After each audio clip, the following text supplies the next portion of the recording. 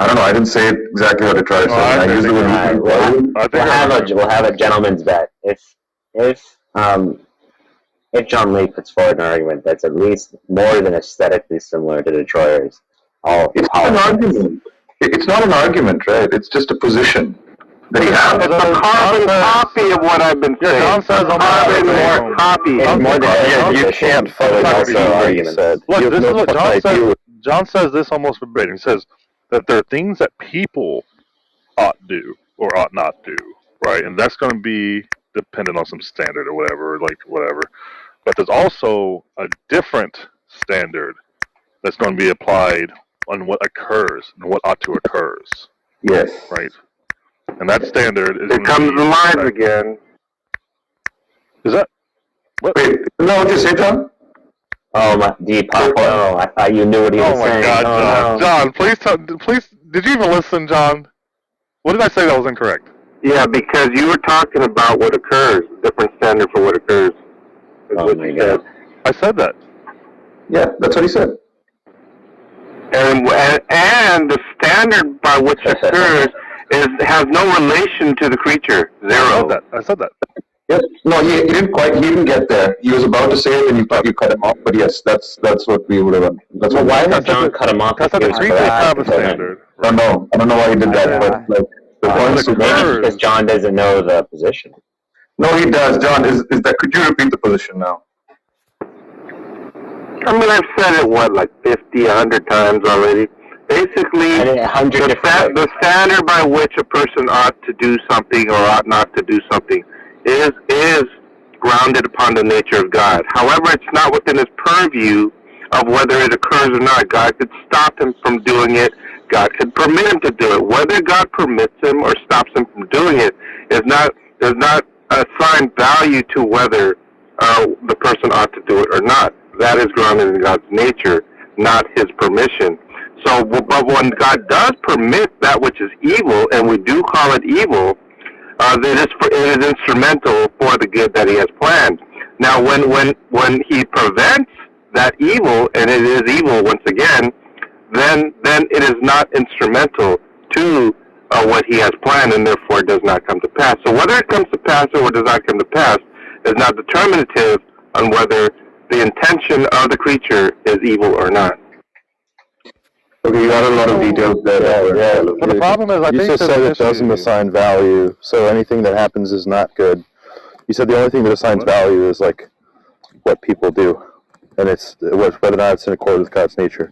So that's a contradiction. No, once again, you're not even listening. Okay, look, wait, hold on. Javon, what you said, right? I would argue what you said is more or less what Detroit said. And then I make the second claim that what you said is basically what John said, at least on an earlier occasion. Right? He's not even making a distinction between like different values. You know, I think the problem might be the deontic.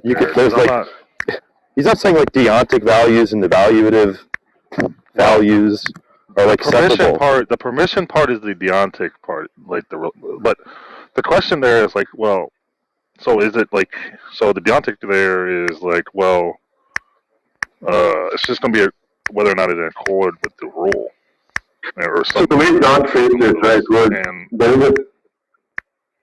the way John phrased it, right, like there are actions that ought to be done, that there could be actions that ought to be done, but lead to results that ought not happen, right?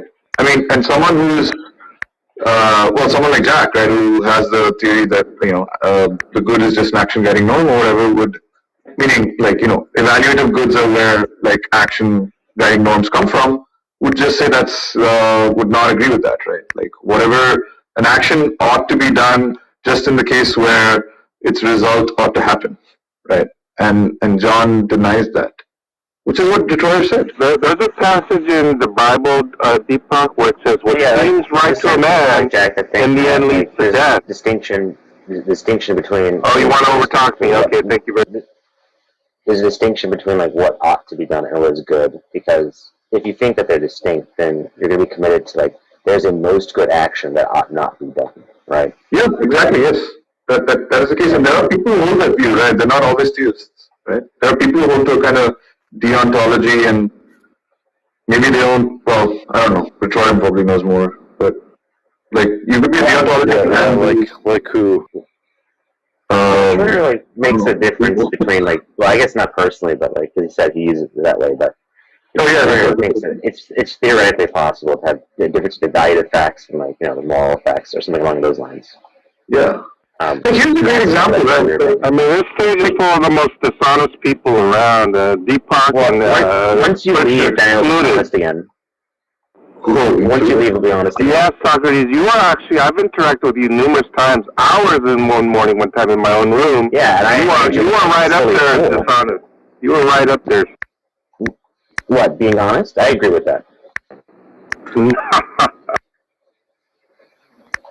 So here's an example. You're biased. Nobody cares about the dishonest opinion Of a what's dishonest honest. person, that's right. So here's an example people give, right? Like there's that joke about how like, you know, when someone says like, you know, it's good to die for your country and was it like, who was it like General Patton said like, you know, nobody cares about like, you know, the right thing to do is to make the other guy die for the country, for your country, right? Like, okay, the first thing, right, like it's good to die for your country, is a sort of, at least in some cases, in the case of like a deontic good being dissociated from a evaluative good, right? Because the idea that you should die for your country. What's the difference? Because it sounds like gibberish. Well, sometimes things that sound like gibberish actually make more sense. So what's the difference? So I think there are times that there are people where people's moral intuitions tell them there are actions to take, even though they lead to certain failure, right? But it's still correct and right for you to do that, right? Like we often valorize, like, you know, people who died. Oh yeah, a great example is like the 300 who died. That's what we're talking about. That's fucking instrumental fucking. No, that's. Doesn't it just?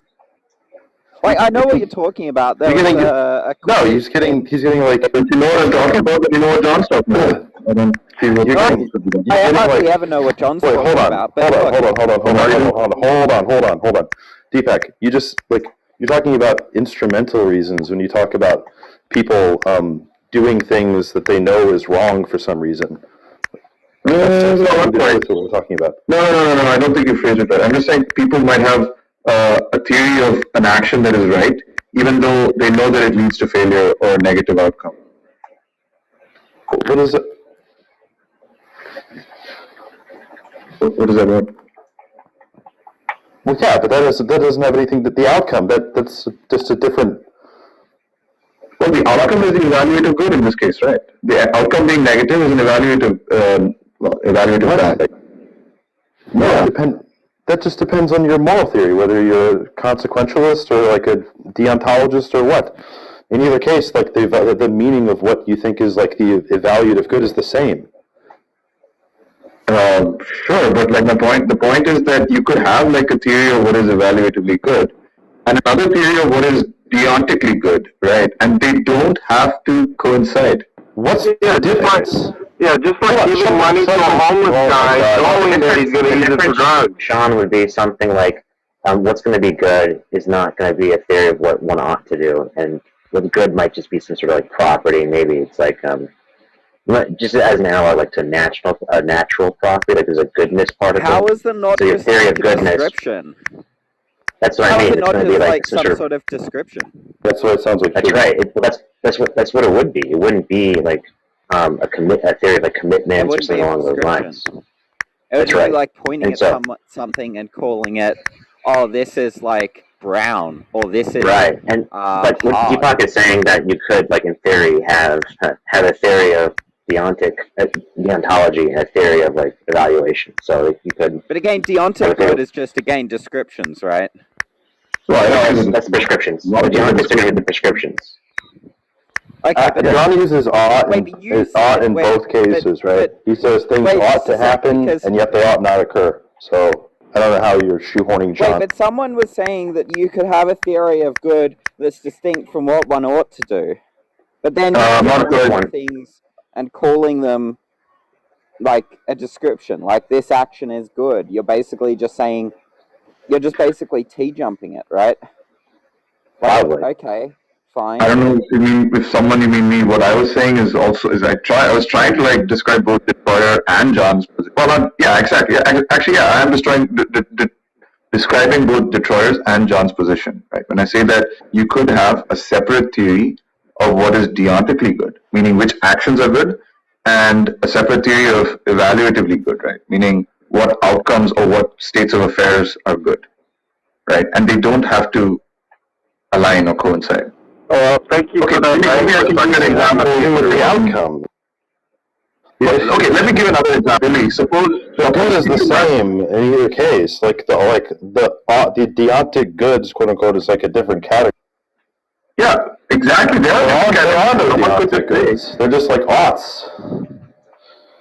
That's what I mean by deontic good, right? What ought you do? What action should you do, right? Oh. And they don't have to coincide with what actions need to good outcomes. One of like the immediate criticisms I can imagine are what's going to stop someone from saying something's good and one's schmud, right? And one's going to be like one's not going to be like the moral type of good, and one's just going to be a schmud. So right. any two people who have different like ethical theories or meta-ethical theories could say the same thing to each other. I'm going to need you to debate this with Jack. The reason this is like the reason I don't think that's like an analogous case is something like, well, if you think the evaluative facts are going to be different from like the deontic facts, right? And given that morals are supposed to be the things that guide our actions, and we're going to bracket out particularism for the time being, and presumably the moral facts are supposed to be like the descriptively good facts that are supposed to guide our what we do, our actions. And so if they don't do that, then regardless of the moral theory, we're into schmud good territory, and that's not like what two different metaphysical positions are going to be throwing at each other. Okay, I think I see what you're saying. So you're saying like what work is it? So if you have a theory of what actions to take, right, like the theory of deontic goods, and then you say, oh yeah, but I also have a separate theory of evaluative goods. What's the point, right? Because they don't guide anything. The second thing, right? Sure, but like the purpose might not be to actually guide actions, right? Of that second thing, it just might be. And you're not talking about morals, then you're talking about schmorals. Okay, sure, you could put it that way, yeah. Right. Because even in deontology, and then you're committed to certain stances, like, well, I have a theory of morals, but that has nothing to do with what one ought to do.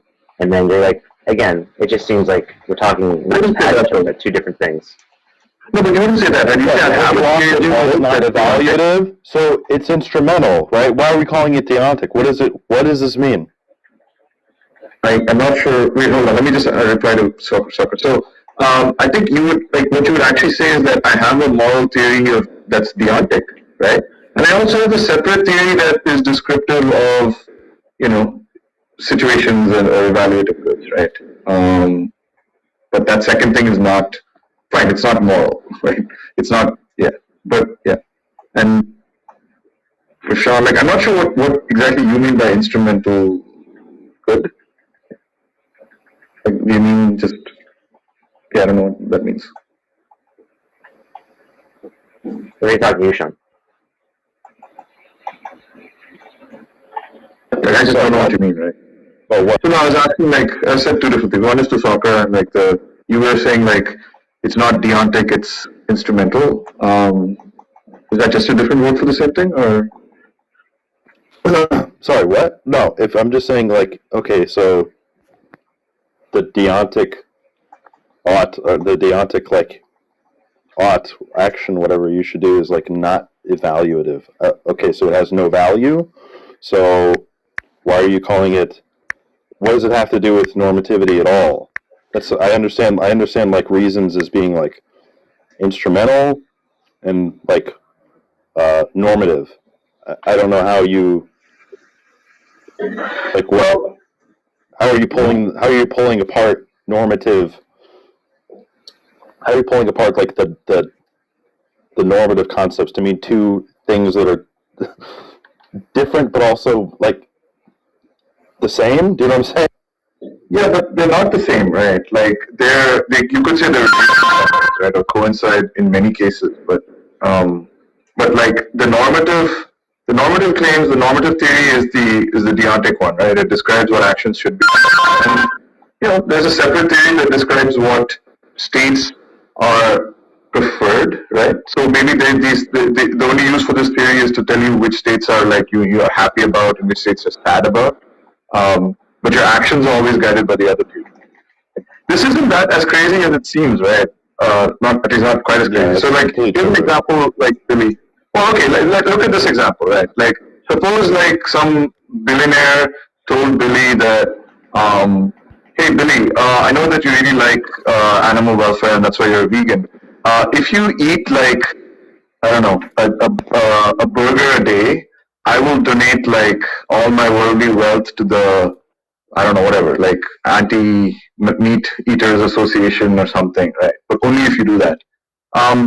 Billy might respond like, Billy might actually take that offer, right? Or he might, but it's also like many people would, in Billy's shoes would say, no, screw that, right? Because I just consider it the deontically right action for me to do to not be eating meat, right? Even though like by eating meat every day, I might actually, you get the idea, right? I think it's pretty, yeah, like eating meat, like, it would lead to better outcomes. That theory of good isn't going to be agnostic to the outcome. I honestly, I don't understand that. The theory he's putting forward is a deontological one, so it's like the important part of the action is going to be like the action itself, not what it does. So if like Billy not eating meat causes more meat to be eaten, that would be the correct one. Well, look, I mean, the correct one. Well, look, I mean, it depends on what you mean by like important part, right? Like, yes, it's important in the sense it's more important in the sense that it puts an actually by important, I mean like the thing that has the moral implication. Like the moral worth isn't going to be something that's related to the outcome, right? It's going to be agnostic to the outcome. It's going to be related to the action itself. So if Billy not eating meat caused more meat to be eaten, that would still be the good and correct action to do. Sorry, could you repeat the last part? The correct action for Billy to do, even if not eating meat caused more meat to be eaten, is to still not eat meat because it doesn't matter whether the action causes more meat to be eaten or not. It's not a consequential issue. So if by moral you just mean like that, that's fine, and maybe you're right about that definition. But it can still be the case that Billy has a separate theory. In fact, I think most people do have a separate theory of what states of affairs are preferable to others, not merely because of taste, but because of some, those states are evaluatively good, right? Like just in the same sense, like someone who's guided merely by evaluative goods would be like they want to have like, okay, so like someone who follows a theory of deontic goods, right, could say that I also have a theory of evaluative good, similar to how someone else like it's a concept that makes sense, and I also have it. I just don't use it to guide my actions, right? That's where you run the risk of talking past each other, because most people, like, you'd have to, I think, if you want to put forward this, and Detroit was hinting at, he didn't say this explicitly, but he was hinting at it, that there's a further, like, semantic thesis that undergirds the distinction. Because if in the normal semantics, like, ergative and deontic facts are going to be, like, superposed or have a superposition with each other, then you're not going to be able to, like, separate the two. But if you have like a theory of semantics where like you try to put forward like Billy has this thing about eating meat and like carousing in carnivals or something, then I would agree with you.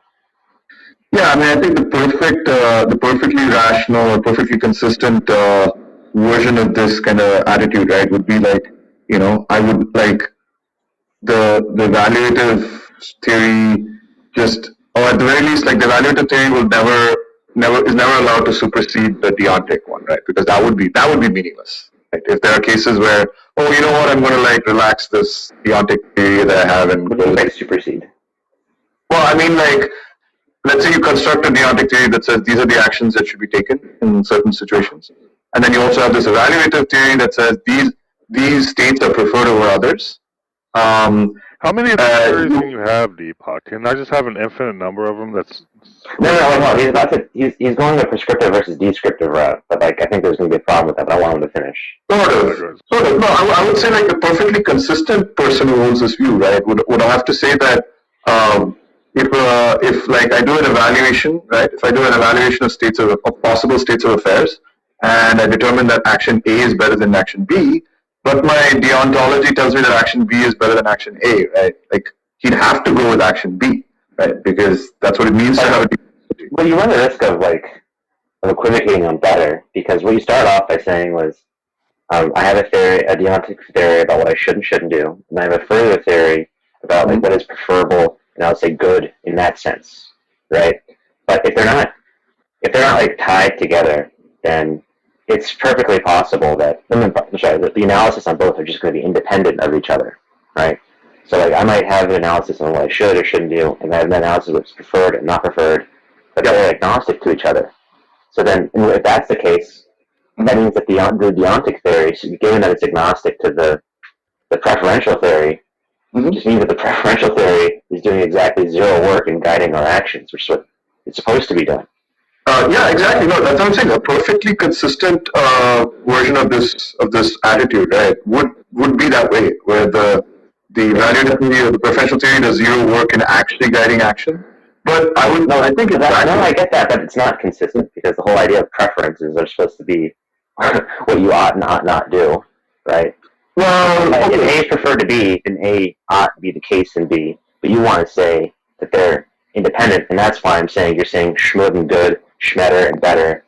And I don't think that they can be consistent only if they're divorced in like what it means by good.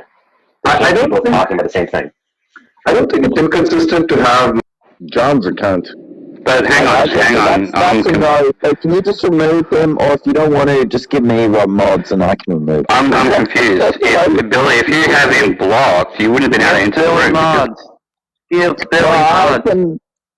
I can enter rooms. Stop over talking me, you little bitch! Oh, he's gone. Okay, thank you. That was Harlequin, by the way, Billy. No, fuck John. He's right. Fuck I think John. you were. Oh, what the hell, Sky? I want to hear some reconciliation. Fuck off! That's how you say fuck off. Is that the Australian? I'm joking, Sky. That was so mean. I'm sorry. Just fuck off, Sky. Yeah, you say like it's almost like an R when you say the fuck. Yeah, fuck. Yeah, fuck off. Kiss and make it better. Kiss my. I'm not going to say that, but no. Yeah, John's arguments against morality get exhausting.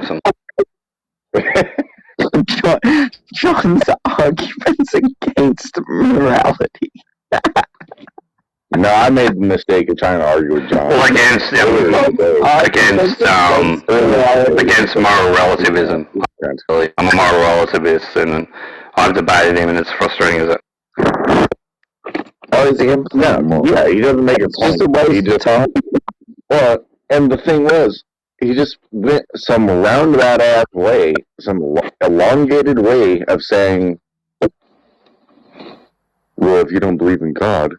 Well, I don't think that John really behaved in that way. I think, you all kind of like supported Billy, and you didn't really exceed the fact that John had won the debate. And, John clearly did that, and I think, there's a lot of bias in this room, And Billy, I just want to say that you're the second person on my block list now. Because, you spoke up against John Lee, and that's not good, I'm just trying to be, impartial here, and you guys are all, just being very... Yeah, that was very anti-Christian of you. How impartial? Well, I only block people for a few days, only just for a time. I don't have to deal with them in certain rooms, and then I unblock them again. It's only for a short time. Billy didn't like my James's tied in person. Yes, James is also James tied off too. Was that really bad? Sorry. Well, look, I'll put it this way. If Piper tried an impression, it would be worse, but that's because Piper is not very good when it comes to impressions. But I always said that, but it's also very true. When you do James is tired, and I get that upper inflection, Yes, I'm tired. It's more like this. He's not quite that high. John did really well in the debate. I don't know why. The last of you, that's what he sounds like. Yeah, I think he did okay. I don't think he really goes that high. He seems to be a monotone most of the time, and he talks like he's smoked 1,000 cigarettes. Rascal, you sounded like like some old shopkeeper. Yeah. Always around the corner. And always just out of like distance, you know, like you just hear his faint voice. Like, Harlequin, do you think when I next talk to Darth, someone said I should do my Angry Man Yells at Cloud impersonation? You know, the old grandpa from Simpsons. The fact that I've been in 3 rooms and all of them are like, nah, fuck John. I mean, I didn't say that. Actually, never did that, but yeah. You mean John Lee? Yeah. Yeah, nobody actually likes John Lee, right? I mean, sorry, John Lee. Well, now hold on, Rascal. I wouldn't say I don't like John Lee. I'd say it's frustrating at times. The last time I was in, I'm sorry, Dylan. Did you want to say something?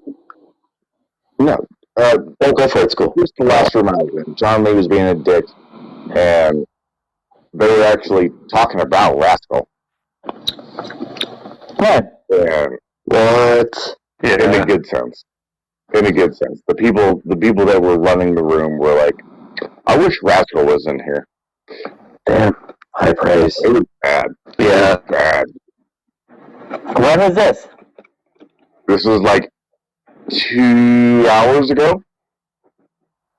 Really? I do a really bad Rascal impersonation, so I'm not even going to... And I was the one that was arguing with John. Because I was like, alright, you know, I've never met you before. Let me have it. What's your take? Do you want to argue? And he just went off on his bullshit. John Bloviate? Yep. Nah. And everyone was like, damn, I wish Rascal was here. You're talking about me? No, the other people were talking about you. Not This John. time when John was kind of Other people were like, fucking, you remember, like, they were talking to John, and they were like, remember when fucking Rascal told you don't fucking beat a cunt? Like, you beat a little bitch? Like, no, it was good. It was good shit. It was all good stuff about you, man. Oh, okay. I was like, It was all good stuff. I was worried here for a minute. It was all real like that. It It was just me arguing with John, and then everyone was like, holy fuck. Harlequin, have you got a flu or strep, man? You sound terrible. Yeah, I do. Don't wreck the voice box, man. Take it. I mean, I think it's that, what is it, like, it's the other respiratory virus that's going to, I'm good. There's H1N1. There's a new flu going around, apparently, a new strain of H1. You've got the H1N1. Yeah. So yeah, I apologize if I'm depressing you guys with my voice. No, I'm just saying I don't want you to force you, like, get laryngitis or something from talking too much, because I know some people. Don't curse me, Stu. Like, you know I'm very superstitious. Yeah, I know. But yeah, that's cool. There's a part where, like, John was trying to recall a conversation you guys had that I do remember. And now I'm trying to think what it was about, because it was kind of interesting. It's a shame that it's like a third person trying to recall. Start out with it. Heidi. Rascal. Heidi was the one talking. Heidi! You said Heidi. He said, well, his accent sounded like Heidi, but that's... What's the accent? I mean, you can always... Then, for fuck's sake, Sorry. I want to hear this. Yeah, sorry. No, you're good. Yeah, Heidi. She was the one who was talking. She was like, fuck, I wish Rascal was here. Fuck this guy. Did she do the ubiquitous Heidi sigh? I don't think she did. I don't know what that is. It's Heidi. Find that story much more difficult to believe now that duty. Yeah, no, really, not sure anymore. I mean, it's possible. I won't say it's impossible. Right. Alright, someone go get John. John's in the audience. He's bitched out. Yeah. Pretty sure he's just We have to have someone to He might be playing poker Someone go get John. at this time. I'm not. the thing is usually John will say if you put him in the audience, Yeah, he's all careful now. Because he'll be like, online poker is super addictive for some people. I've heard it's like really, once it gets its claws in, man, it's hard. Oh man, he's probably sleeping. It's pretty late. Candy Crush. Candy Crush is my demon. oh, I don't know, man. You know about what? Those games. Yeah. You want to talk about those games? We're addicted to it. Yeah. Well, even the ones, that's why they do like pay for play for kids now, because it's the same endorphins. It gets those same rewards. It's so gross. Just reaching into their parents' wallet, you know? Yep. How dare they? How dare. All of a sudden you get huge, like, I mean, you had other things in the 80s and 90s, like from comics and stuff, but it probably wasn't to the same extent that online gaming does. You know, because the kids might say, I want to buy this from the comic or whatever. No, I and convince the parents. I think kids still like hundreds of dollars from their parents. Yeah. From their parents' credit card to play goddamn Fortnite. I never. And it's just skins. It just makes their character look better or something. It's dumb. Oh, Yeah. hold on. Skins serve a purpose. Okay, guys. Like, just. Well, But look, I don't play Fortnite, so. I never liked Fortnite. Yeah. good Harrison. I know you did, I could tell. Actually, I did have. Yeah, I did have a Windows machine that had like a 3060 RTX. But I had that for a while. No, I'm sorry, it was a 2060, so it's still good for the time. Actually, still good for today if you have a good I did, everybody it is, yeah. 1080p. It will run at anything at 1080p. No, even more than that, because I had like 8 gigs of that with 16. right? Just like you're lying, right? No. That's all I want to. Graphics cards weren't always expensive. There was a time when the 3060 was just coming, 70 was coming out. When the Bitcoin craze hadn't hit yet. Wait, what was I talking about, man? Your 3060 card. Your PC. I had a Windows machine. Why did I didn't even bring that up, though. Because we were talking about graphics and games and Fortnite. Oh, yeah, okay, so I even, I had, there was a few, other games that I ran, but, it's still in its infancy. I mean, I'm sure it's grown up since the last time I visited it, but it's, really in its infancy, so kind of need to just let it bake for a while. Alright, guys. I'm gonna go bake for a while. I enjoy your journey. I'm gonna go find John. He's down there. He's in the audience. Oh, is he? Yeah. Oh, okay, I think John.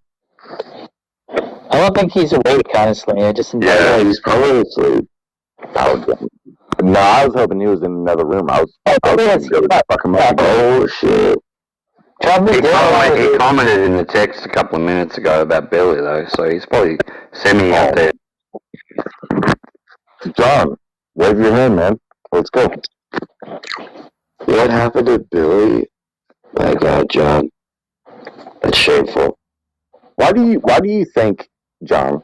Why do you think everybody, this was a big point in the argument that we had earlier. He was like, every atheist, everybody I talk to reacts the same way. Why do you think that is? Do you think that's a problem with everybody else? Or maybe it's a fucking issue with you? Well, on Facebook there was a group called Trolling the Trolls, and there was 30 theists that were on that list. I was actually public enemy number 1, to where they would have hundreds of people mass report me to get rid of me. Took a year they were successful removing my account. So the question would be, why would be number one on the list, right? Do you enjoy being not necessarily? I don't think John's malicious, but maybe do you enjoy confrontation, John? Like saying things that might provoke debate or reaction, not because you necessarily always feel to that extreme. It's just that you like to provoke people to react or. Well, sometimes I do react by saying something I know that would get under their skin, but I consider that a weakness on my part. Okay, yeah. Yeah, so it's kind of, it's not, what's the term for that? It's not manipulation, there's a term for that. It's not sardonic, but when you know that you'll say something that's going to trigger a response, but you say it, it's a weakness that some people do. That's kind of what we were talking about earlier. Was it's not manipulation, it's something else. You're leading someone into a response. You're asking questions to get an answer that you know is predictable. Well, that's interrogating, really. Yeah, it's an interrogation. Yeah, that's a script. Like Danny Philtalk, he's very notorious for that with me. He has this line of questioning in order to try to trap you. I find that very dishonest. And the thing is that I'm experienced to the point where I expose that and their dishonesty, and they actually get very angry, things like that. And you don't care to hear the other person's opinion. In the end, the reason for asking those questions is not to get the other person's opinion or not to understand them. It is to enforce yours. And that's... Don Dawkins is actually guilty of the very same thing as well. I don't consider that honest. Yeah, I would agree that he is to a much greater extent, but I think Dylan... Well, I'll speak for Dylan, actually. I'm just kind of like waiting for Dylan to wrap up. Is somebody's heart beating? Hopefully everybody's. No, that was me trying to unlock my phone again, because my phone likes to lock up.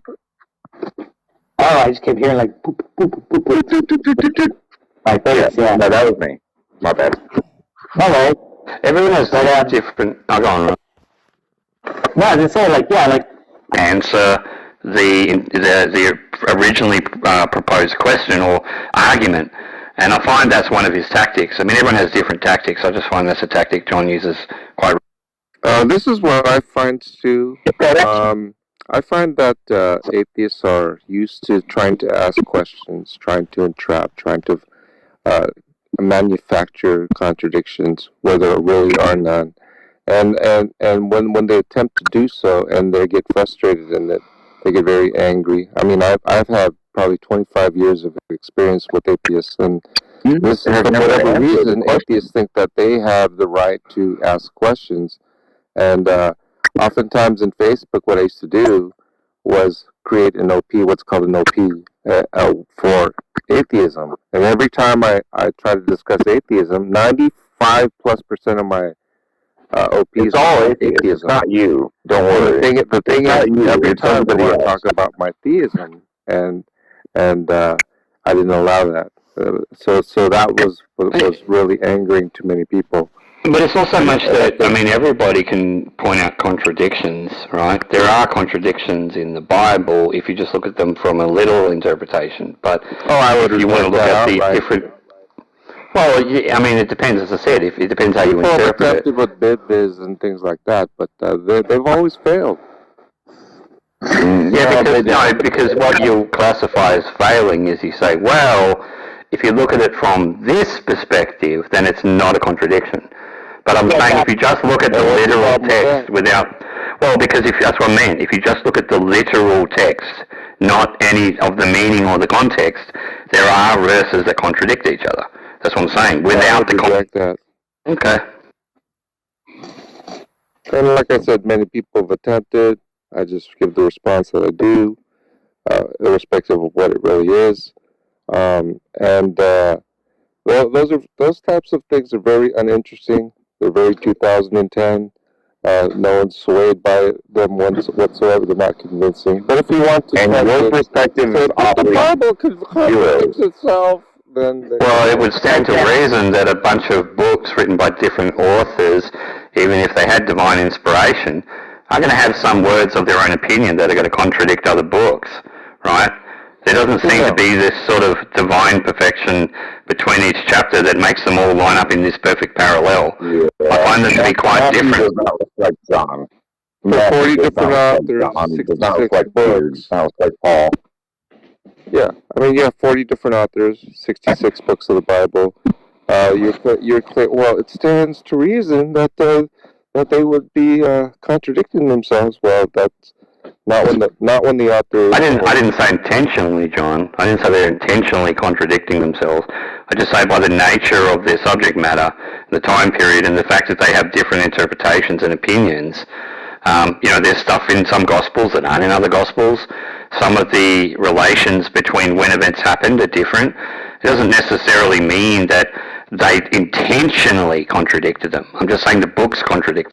What I would contend is that because there are several different authors, it's astounding about the coherence of the scriptures. That's what I would say. That one might conclude that it's divinely inspired. So we just acknowledge all the parallels and ignore any contradictions because there's more. Well, and if you think there are contradictions, you're more than welcome to feel that. It's divinely inspired, so it must be true. Well, divinely inspired doesn't necessarily mean that it's the inerrant word of God. The inerrant word of God is more the literal interpretation. Divinely inspired is a different angle, yeah. Divinely inspired, and my divine inspiration tells me that God doesn't exist. Let's say the Bible had absolutely no mistakes in it. So what, John? Let's say the Bible was completely perfect. Does that mean it's true? Yeah, well, that's what I'm saying. Like, so what? Like, if there are contradictions, if there are not contradictions, even assuming, let's say, there are contradictions, right? Just because there's contradictions does not establish that there's no God, especially the God of the Bible. You can flip the other way too, George. If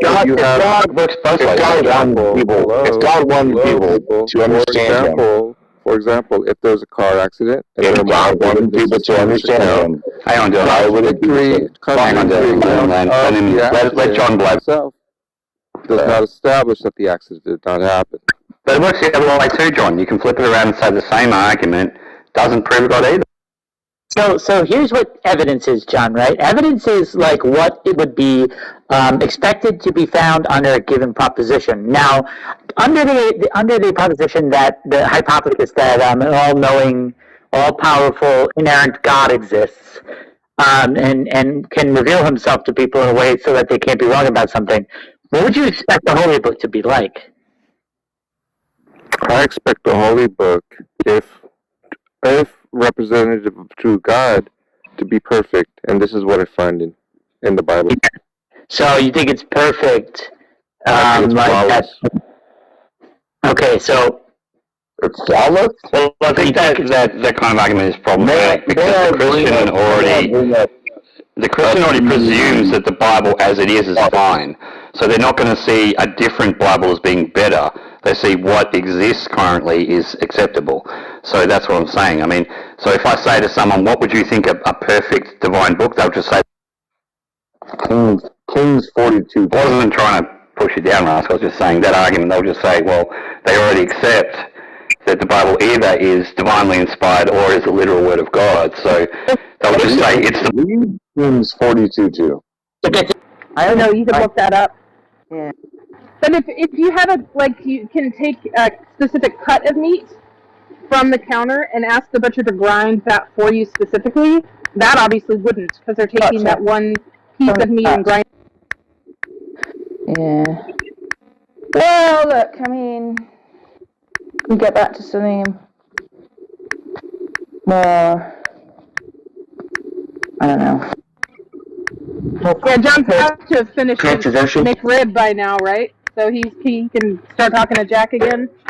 I think all it is that people like barbecue sauce, and they like if the onions are caramelized, that's pretty tasty. So I think they could put any old shit under the barbecue. No, it's actually raw. It's actually raw onions, but I would put it caramelized, but you know. But you're right. It's basically a sauce delivery mechanism. Oh, I wanted to see. I have new earbuds. Am I as loud as I normally am? Like, are the truck noises? You sound good. You sound a bit better. I think the barbecue in general suffers from this because you need that highly tasty sauce poured all over it to make it actually taste interesting, which is not the case for steak. That's why I don't think barbecue's that.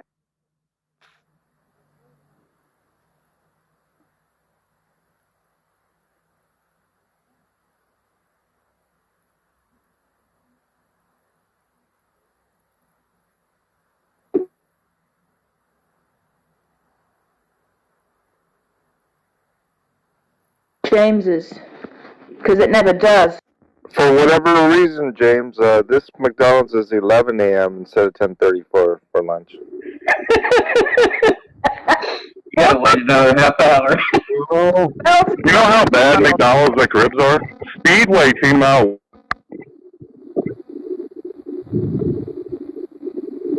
Well, maybe John has 10 minutes to show why there's no gratuitous evil. I didn't hear that, Jovan. Are you saying Why would God allow McRibs to exist? I just want to understand. So you're saying Speedway for food? Yeah, Speedway's a gas station, and they serve some shitty pizza, some other stuff, and one of the things they serve, and with some really shitty burgers, and they serve like McRibs type things, rib patties. Wait, did you say a gas station? This is Jovan's only understanding of prepared food, right? Because he goes to the gas station all the time. Is that's where he gets his meal? Yeah, this is how I'm an expert in this subject. You're a student of gas station food. It's probably convenient because he works there. No, he doesn't work there, but he is doing some work. If you know. I'm just, don't you guys have sheets though? Sheets, huh? Do we have sheets? What? Yeah. I don't know what do you mean? Do we have sheets? It's a gas station with amazing food. They do shakes and stuff. Oh well. It's not amazing. It's not amazing food. I will say mine sells wine, which is nice. You know, always useful when you're on the road. It's the top gas station food you'll ever have. I've not experienced. I think we just have the usual Shell. Well, that's not true. There's many gas stations that actually make the food. What? Real time. What? They have a kitchen? They have kitchens. Marathon gas stations one where they actually some of them, not all of them. There's some Marathon gas stations that actually have an entire kitchen that you can order entire pizzas and burgers and everything from. Is this not just a restaurant attached to a gas station? Wait, are you bringing up a demarcation problem? Yeah.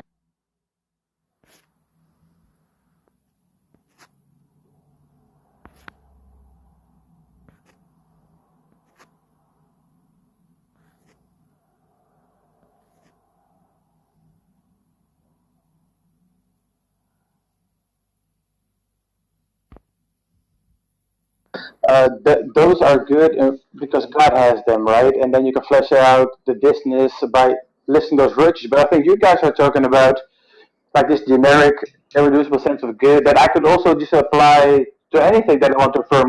That's a good move in chess, right? So if I want to be a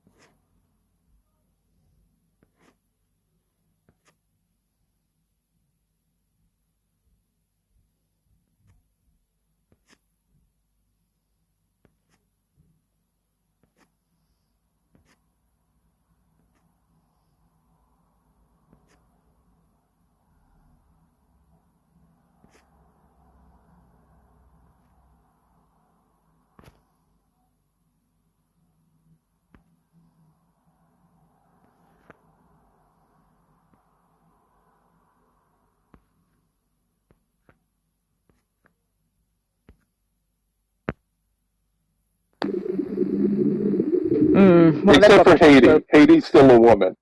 Hey! Don't take shots if you can't take them back. Look, okay, transphobe.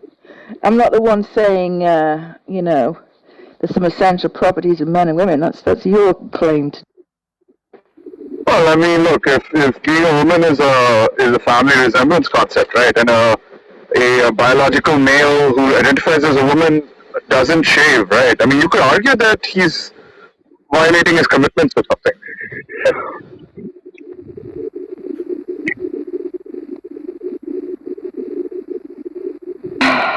Well, while we wait for someone to show that gratuitous evil doesn't exist, we're just gonna talk a load of nonsense and pass the time.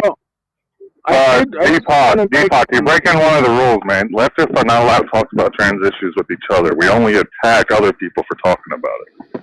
I want to make a funny video of John Lee and Daniel Nero. You know how they have that Jib Jab app? Mm-hmm. They have this where it plays the song Just the Two of Us. What, and you've got... And they make them talk. Oh. Have you got one for John and Daniel? I think I'm going to make it real fast and then upload it.